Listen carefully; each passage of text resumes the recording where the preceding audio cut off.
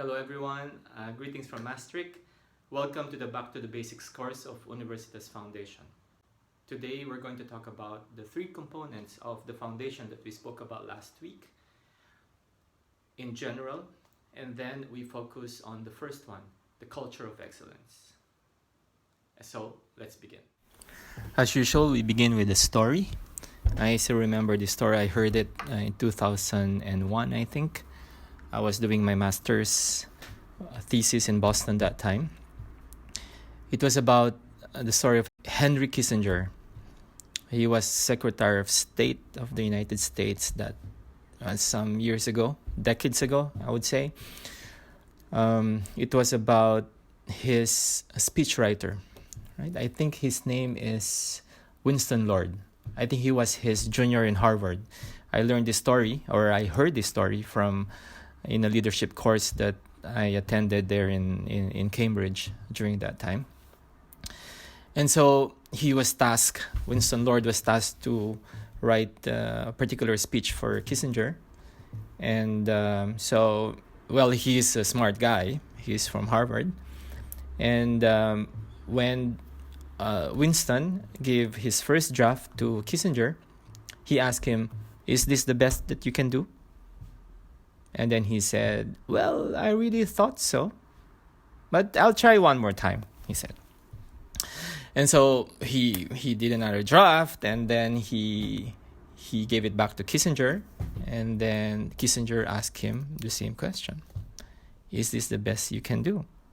And he said, "Well, okay, perhaps I can improve it a little bit more." So then he had to cancel his other appointments, his other plans for the weekend, perhaps. And then he gave back the draft, an improved draft. And Kissinger, I don't know if I remember correctly, he wrote a piece of paper, a note, and gave it back to Winston with the question, "Is this the best you can do?" You won't believe it. That happened 8 times, right? On the 9th draft, Kissinger asked him again, "Is this the best you can do?" Winston was completely fed up, right?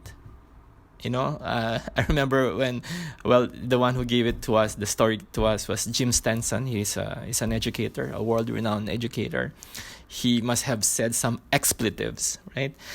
And he said, I got this now from the internet. There's the words that he used. He said, "Henry, I've beaten my brains out. This is the 9th draft. I know it's the best I can do. I can possibly improve one more word," with 3 exclamation points. Kissinger then looks at Winston Lord, and nonchalantly says, "Well, in that case, now I will read it." Now I will read it, right? Why am I giving that story? Usually we give you a story that will serve as a backdrop for the talk. Right? We're talking here about culture of excellence, right? Well, when we talk about culture, we refer to different things. As a microbiologist, I studied microbiology. When I hear about the word culture, I remember the organisms that I grow in the laboratory.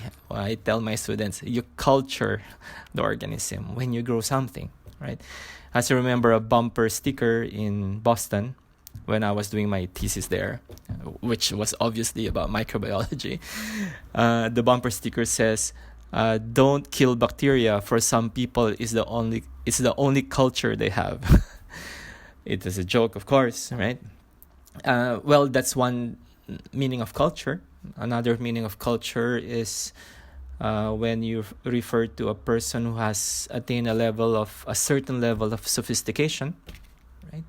Perhaps he has a good grasp of a particular field of knowledge. You can say he has religious culture. That means that he knows his religion very well. He could explain the truth about his faith. Perhaps you can say he has a scientific culture. So he may not be a scientist, but he has a good grasp of science, right? Or he has a legal culture. He may not be a lawyer, but he understands the law very well, right? In the US, for example, I notice that people have a great level or a high level of legal culture, right? That's another way of saying it, right? Or a person who is knowledgeable on many things, we say he's a cultured man. He's a man of culture, right? A woman of culture, right? The third one is a way of life, right? That is being shared by a certain group of people, society. And that is the meaning that I would like to use for this talk, because we want to foster a culture of excellence in the country. Well, in the country, in the respective countries that you may be living in, right? That each one is conscious of his or her own duties, and he performs them in the best way that he or she could, at a higher level, an excellent level, a level that one could say that it is worth a great prize, right? It's like if you're in a competition, you're gonna win the competition because you did so well, right? And so for that to happen, since we're talking about, I said at the introduction that we are talking about the foundation by which we try to build the nation, and we think that the higher the building that we try to build, the stronger should the foundation should be. And the foundation that we're talking about here is composed of three things, right? Just imagine the foundation of a building. There are three components that you usually talk about. You look at the support component, maybe made of wood or steel. And then you have gravel, sand, and pebbles, right? And then the cement that puts them together, right? And in Universitas, we actually align them, those three things, or we think that they represent the three C's that we always talk about, that the three C's that inspire the formation of our leaders. The first one is the support component. We refer or we liken this component to excellence or sense of duty. Right? And so there we talk about competence, right? The second one, the gravel, sand, and pebbles component. These are the virtues, the many small things like those gravel, sand, and pebbles that make up the character of the person, the second C. And the cement that puts them together, your faith, a well-formed conscience. That's the third C. Okay? So for today, we're going to talk about the first one, excellence, sense of duty. Right? For us to have a culture of excellence in the country, each person in the country should be able to excel in his or her own way, in his and her own duties, right? And how does that happen? So these are the 3 points that I would like to talk about today. The first one is clarity. You know that for you to excel, it is important for you to know yourself very well.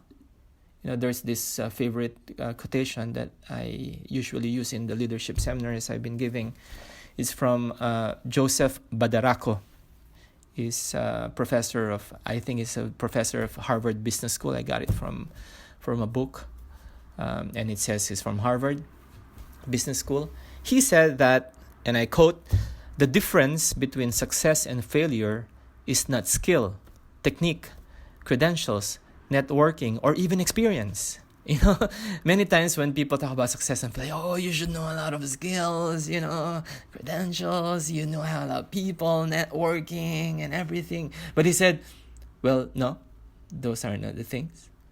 And what is it? He said, it is clarity about who one is. Clarity, right? Perhaps we should put that as another C in the foundation, right? Well, it's part of the first C, right? Since that's why we're talking about it here. And he explained, this self-knowledge is often the critical factor enabling leaders to do their work meet their responsibilities, and live rewarding and useful lives. Many times we engage into something, but the problem is actually ourselves. We don't really know ourselves. We'll go deeper into that when we talk about depth. Well, deeper into that, we'll talk about depth. That is on session 5. But today, it's good for us to realize, do I really know myself when it comes to the way I work? Right? Of course, externally, do you know your knowledge and your skills? That's external, right? And they can be measured perhaps through an exam or through a competency test or something like that. Or internal, your attitude, your behavior towards work, right? Do you see it only as a way to earn money or a way of service? No, we were inspired by the talk of Dr. Villanueva about that. One of the people were asking him in the question and answer portion of the talk, why do you sacrifice yourself as a doctor being at the front lines of this pandemic while you could do other things? And he said, well, actually, it's my calling. I'm a doctor. I do it out of a sense of duty. This is what I'm called for. This is what I'm what I'm created for, right? Well, we'll talk more about that on session 6, about sense of mission. But here, we're focusing on your self-knowledge, clarity about who you are. Do you really know your skills, your knowledge? And internally, your behavior towards work. Because if we are not clear about that, then all this talk about excellence, will crumble, as I always say, like a cookie crumbles, right? And so that's the first point. We should have clarity. And for us to have clarity, we should have to know the purpose behind the things that we do. That sense of duty is fired up by our sense of purpose. Right? What do I do this for? Right? And I hope that you don't do it out of selfishness, just for money. Those things, do not last. You have to do things for a purpose higher than yourself. Things that last even outside your lifetime, right? And so, for the second point, right, if you understand yourself very well, it's good for you. Well, perhaps you can say that, what are the ways for me to understand better if I have the right purpose, if I have clarity about who I am when it comes to work, right? And so for that, especially in Universitas, we really emphasize this a lot, right? You have to understand that the importance of loving your work. What do I mean? We are talking about the virtue of diligence here. As I remember, when I was teaching at the University of the Philippines, well, I gave an exam, and at the bottom, I told my students, that diligence comes from the Latin diligere, which is to love. Can you comment on that? One of the top students of the class came to me and he told me, he came to me personally and he said, sir, I've been studying very hard, and that, he has the highest grades. I think he finished magna cum laude. I think he's now a medical doctor. He said, but I was struck by that thing that you said, because I've been spending my life working hard, but I don't realize that for me to do it better, I have to love it. Diligere, right? Diligence. Do you love your work? Do you do it out of love, or just for another purpose? Lower than love, right? The second one is we put them together, being responsible and reliable. A responsible person is able to respond to the task at hand, right? And a reliable person is someone you can entrust with something and he's gonna do it. She's gonna finish the work, right? I always tell the people in the foundation that your CEO, and please rally around her, your CEO should be able to say, if I give this job to this officer, it is good as done, right? The opposite is, oh shucks, is he gonna do it? Is she gonna do it? Do I still have do I have to make an option B, right? In order to save it, to save the project, right? So being responsible and reliable, right? So those are three virtues that may help you understand if you have reached a certain level of professionalism in your work, right? And of course, to respect time. One of my the people I admire, he would say, deadlines are sacred. You follow the deadline. You have some respect for it, right? That shows the way you do your work. The way you conduct yourself in your work, if you do it professionally well, right? That's the second point, those virtues. And the third one is, well, we have to avoid the extremes. On that, we're talking here about excellence, giving our best in our work, right? Our sense of duty. But we have to avoid being a person who just works and works as if there's nothing else to do, or a student who just studies, right? And he doesn't make time for friends. He doesn't even have time for the family or even to pray, right? I call that the sickness of work, workosis. Why do I use workosis? Because if in science or in medicine, if a part of your body is inflamed, you say you put a cis at the end, right? Like if your conjunctiva, the outer cover of your eye, is inflamed, you call it conjunctivitis, right? Or sore eyes, right? So if work is inflamed, I call it workosis or studiosis. You work or study as if that's the only thing in the world. No, you have to have a sense of balance, right? That there are other things in life beyond work. It's like work is not the end all and be all of life, right? Well, we'll talk more about that in the future, but yeah. And so we see here three ideas, right? First, for us to be the best that we can be, right, we should have self-knowledge, right?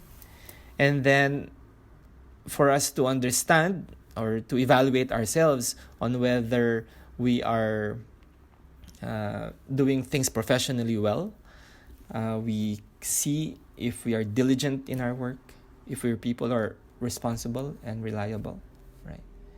And then we avoid the extreme of work. For students, diosis, and for everybody else, workosis, right? In that way, we try to put them together now, right?